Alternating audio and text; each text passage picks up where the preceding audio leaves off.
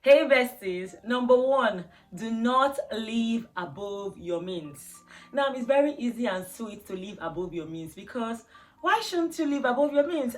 After all, you just arrived, you just got here. So you have to show the world that you are now a big boy and a big girl. Hey, hey, stop it. Stop it right there. Do not live above your means. I use the word pepper a lot, like, hey, pepper them. But whatever you do, do not live above your means. Because you see the people that you literally want to pepper, they don't care. Like, when you get broke, because you will, if you are living above your means, you would realize that you are alone. Nobody sends you. So besties, as an international student, you cannot afford to be keeping up with the Joneses. You can't, because your friend is doing this, you too want to do it. Your friend is flying around the world. You are still stuck in where you are. You now want to do something to keep up. Hey, who will suffer it at last? Something I'm very conscious of since I came to Lincoln is the fact that my story is very different from other people's stories. I am the one that knows what I've been through. I'm the one that knows how I'm here. If you're conscious of your story, you will be conscious not to live above your means. I would always advise people to actually live below their means. Not even on top your means, below, literally. And the fact that you got a better job with a more paying salary is no excuse for you to start splurging and living above your means. Because sometimes the richer you get, the poorer you become. Let me repeat it for those at the back. Sometimes the richer you get, the poorer you become. Because if you don't have financial discipline, as you are getting richer, you are actually getting poorer. Because when you get richer, there is something called lifestyle inflation. Your expenses would increase. So let's say you came into the UK and you were earning £10 per hour. Later on, you moved over to £15. Then maybe now you are at £18. Then instead of you to still be living the way you were living when you were at £10, you now start living at £18. What happens is you start living above your means. And no, I'm not saying you should be miserly, because come on now. I feel like, yes, you should always create time to spend on yourself, do self-care, and do anything that makes you feel good. However, it still has to be on a budget. The fact that you now have money, or in fact the people that actually fall prey to this lesson are people that were from humble backgrounds. So let's assume that you were not rich in Nigeria and now you're in the UK and you're seeing that things are better for you. There is that temptation to actually start living above your means. And that thing is actually poverty mentality. It is poverty mentality that makes you want to over splurge when you just arrived. You literally just arrived. Now, the second money lesson is not giving in to black tax. This thing called black tax, that is something that has broken lots of people, especially people that are maybe firstborn, first daughter, or seemingly the most successful in their family. I call it seemingly because I feel success is relative. So to some people, success means having money. To some other people, it means something else. But people that in their family, maybe they are the first to maybe go abroad or first to succeed or whatever, they are people that can easily fall prey to this black tax system. Now, if you're watching me and you're not black, you may not know what black tax is. Now, black tax is a system where, how will I explain this? So, one person in the family makes it and now has money more than other people. Now, every other person would be dependent on that person. Maybe the person is the firstborn. Now, the younger ones, in fact, the parents, the person is caring for the siblings, parents, uncles, aunts, and the whole village people. And that thing is very real. There are people that this thing called black tax, it choke. There are people that are from very unreasonable families where they just literally arrived the UK. And you will see family asking for money for someone that just arrived the UK. It is so pathetic that people think once you're in the UK, you have money. It is not true. It is not true. And they just think once you can manage to leave your country and you're now in the UK, you must have money now, so send us money. And you will see lots of people that are so entitled to your money. I will never forget something that one of my corporate law lecturers in law school taught us. His name is Barrister Olowononi. Oh my god, he's amazing. He said something, he gave an analogy, and it's something like when a seed is planted, we wait for it to actually grow, for the seed to become a tree and bears fruits. It is not until it has grown that it can bear fruit. And at that point, that seed has become a lot of fruit, lots of seeds, and all the great things. Now imagine if that seed was removed at the beginning stage. It can't even multiply.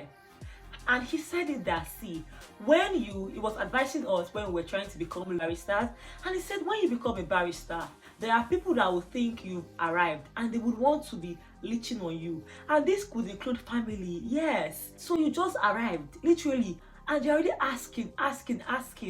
Instead of you to wait and actually bear fruits in the new place you've come to, you start giving. It would actually not end well. Now, nobody is against giving because there is beauty in giving. However, you cannot pour from an empty cup. Learn to fill yourself. Stop allowing black tax affect you. I remember something that happened when I relocated, which hurt me as at then. I had a friend, and this person was asking me for money for a tuition fee. And I told her, oh, I don't have money. Apparently, it offended her. And mind you, I told her I did not have money because I was even trying to gather money for myself, for my tuition fee. But it really was not enough for the friend. And if it were before, I would try to explain, over-explain, but not anymore. Not anymore. I know what I am dealing with right here, and I can't even deal with any added stress. If someone asks me for money and I say no, respect that I actually don't have, because if I do, I would give you. And that's something that people don't understand. They think because you are here, you don't even have financial needs, so you have to pause yours and meet theirs. No, now, if I have school fees to pay and I have a deadline, once I focus on paying that, like, it's just ridiculous. Although I've learned that people that would have issues with things like this are people that we're not even friends, they are just users, and that's okay to let it go. So here is your sign, in case you've been looking for a sign, to shake off some people that wants to use black tax to kill you. Because let me tell you, if you die, the world would move on. That is the truth. You're not that special. If you pay like this, hey, people will cry, of course, but that's it. They will move on. And you have to learn to put yourself first. Now, the third money lesson I learned is do not acquire a high interest loan or debt. Now, this would pertain to people that maybe came in here without so much money and they borrowed, because sometimes desperation can make people just borrow money. Now, before you desperately borrow money, check the interest rate, because there are some interest rates, it's just like penny wise pound foolish, especially with some loan companies. What they charge you is just ridiculous. Then because you're desperate, you just take the loan. Please, sometimes look before you leave, because that can actually choke you. Some people are in Nigeria, for instance, they don't even have a job here. They would borrow a huge amount with a ridiculous interest rate, thinking they'll come here and pay it off. Of course, you can come here and pay it off. But what if you can't? What if you come in here and you don't get a job immediately? What happens? The interest rate will keep piling up, and before you know it, you are in full-blown debt. And we don't want that, or do we? But let's assume that you're watching this video now and you're already in debt. Now, when it comes to paying debt, there are two methods you can use. There is the snowball method and the avalanche method. Now, the snowball method is when you pay your debt based on the lower sum. So let's say you borrowed £1,000, £2,000, and £3,000. The snowball method means you pay the £1,000 first. Then after you've paid that, you start saving towards paying the £2,000, then the £3,000, regardless of the level of interest rate. But now the avalanche method is when you pay up your debt based on the higher interest rate, which is a method I actually recommend. So let's say the interest rate of one is higher. It is wiser to pay up that one first, because if you leave it, the interest rate will keep increasing. And at the end of the day, when you pay up, you would have even paid up to times 4 times 5 of the money you actually borrowed. Now, linked to this, the fourth lesson is not having a good credit. Now, the credit system is something that a lot of people that are international students may not be familiar with, because I don't think in Nigeria I knew what it meant to have a good credit. I did not know. But here I had to learn, and I'm still learning, because a good credit would save you. It is through a good credit you can do a lot of things, especially if you plan to stay here permanently. So besties, you see that phone bill that you have done. Let's say you had a contract to pay an amount every month. Please pay it as at when due, because these things culminate in you having a bad credit. Ensure that when it comes to your financial life, you are at par. You are keeping track of your money, keeping track of your subscriptions, of your payments, because all of these things actually would help you have a good credit, or you would have a bad credit. Now, the fifth lesson is do not pay your school fees in pounds. Now, wait.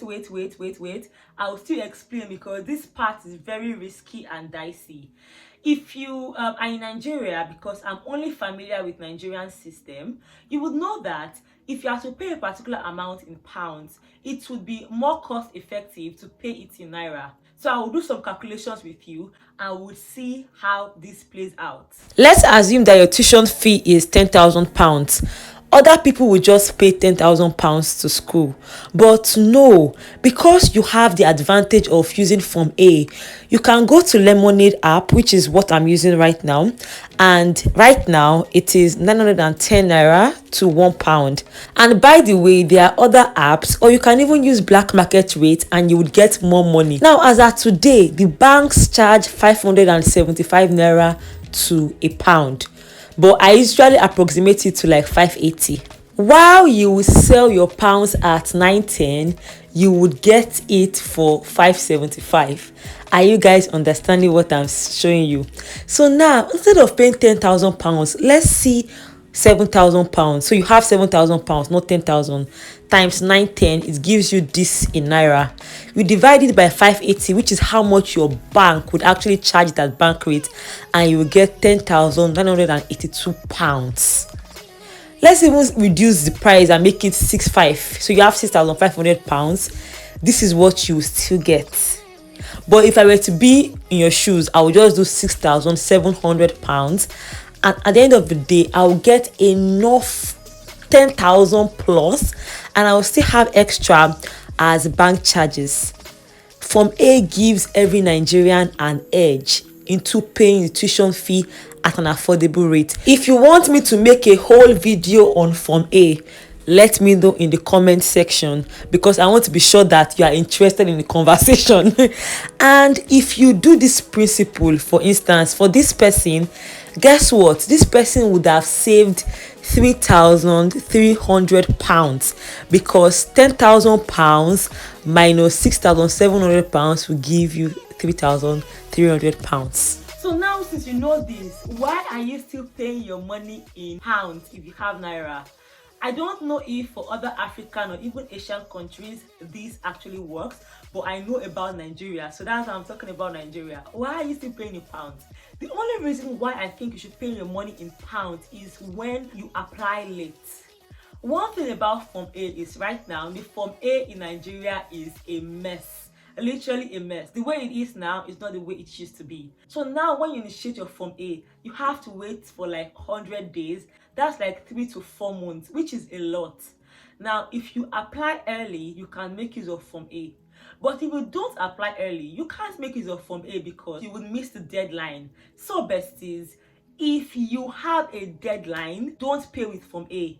At that point, your priority should not be about saving money, because your visa could get revoked, or in case you're a new student, you may not even get your CAS. So if you have enough time on your hands, pay in naira because it saves you money. However, if it is deadline period, or you know that the time you have is not up to 3 months, please just pay in pounds. So this aspect can be quite dicey depending on your situation. Now the 6th money lesson is invest.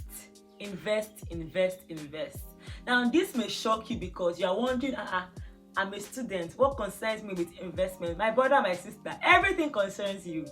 You should be investing. Now this part may not apply to everybody. Let me tell you who it does not apply to as an international student. If you are self-funding, you can let this go. Because if you are the one in charge of your school fees, your priority should be to pay that school fees. So for now, leave investment, because but if you've paid your school fees or you are being funded by somebody, I see no reason in the world why you are not investing. I see no reason. The other day, someone was telling me that she's not investing because she does not have enough money. I'm like, but you are working. What do you mean? You don't have to wait till you have all the big money to start investing. As little as £20, you can start investing. You can even see, you can't afford to be living from hand to mouth. Especially as an international student, the system has not been built to work in our favor. That is the truth. I said it again for those at the back. The system was not built to work in our favor, but it will work in our favor. And you can see this in various ways. We pay ridiculous amounts of money for school fees. We come here, we get taxed. We can't even work for as many hours as we would like to work. And at the end of the day, we still have lots of bills to pay. So you see that people just start living from hand to mouth to hand to mouth. And it is okay if you are living like that because you need to pay your tuition fee. But if you don't pay your tuition fee, please start investing. Unless the kind of life you want is the kind of life that you keep working till you are old. And there is nothing wrong with that life if that is what you want. But if that is not what you want, then the fastest way to secure your future is actually by investing. The beautiful thing about this investing is that it builds your discipline. If you are there waiting till you have all the big money, guess what? When you actually have the big money, you will not invest because you've not built that habit. So why would you invest? But if you can invest your little money you have, you will definitely be able to invest when you have bigger money. And I'm not here to recommend any investment option or anything. You can just DYOR, do your own research. There are various investment options. Finally, a money lesson is learn to budget. If you live life without a financial budget, it will come to bite you in the bum bum. £2 here, £3 here, £1 there. The next thing you are broke. And you are wondering, how can I be broke? My salary was this amount and just like that I'm broke. You are broke because you had no budget. You had no plans. And when you have no budget, you would actually be broke because you'll be spending. But when you are conscious of the money coming in, the money going out, you would actually be able to organize your finances. Some of you buy things that you already have in your house, but because you don't even track these things, you don't track your expenses. You are trying to go to get groceries, but you've not checked your pantry. What if the spaghetti you are trying to buy, you already have it in surplus? How would you know when you don't check? And you will not check if you don't track. So besties, learn to budget. Stop spending every money you make. You are not making money to spend money. If not, you keep making money to spend money. You are expending manpower into the system, into the country. You're getting nothing in the return because you're pouring it out. You're not even having any for yourself that you can even use to multiply to make more money. So besties, those are the money lessons I've learned. If you have enjoyed this video, you will definitely enjoy this when I talked about the culture shocks I faced as an international student. Until I see you in my next video, bye guys.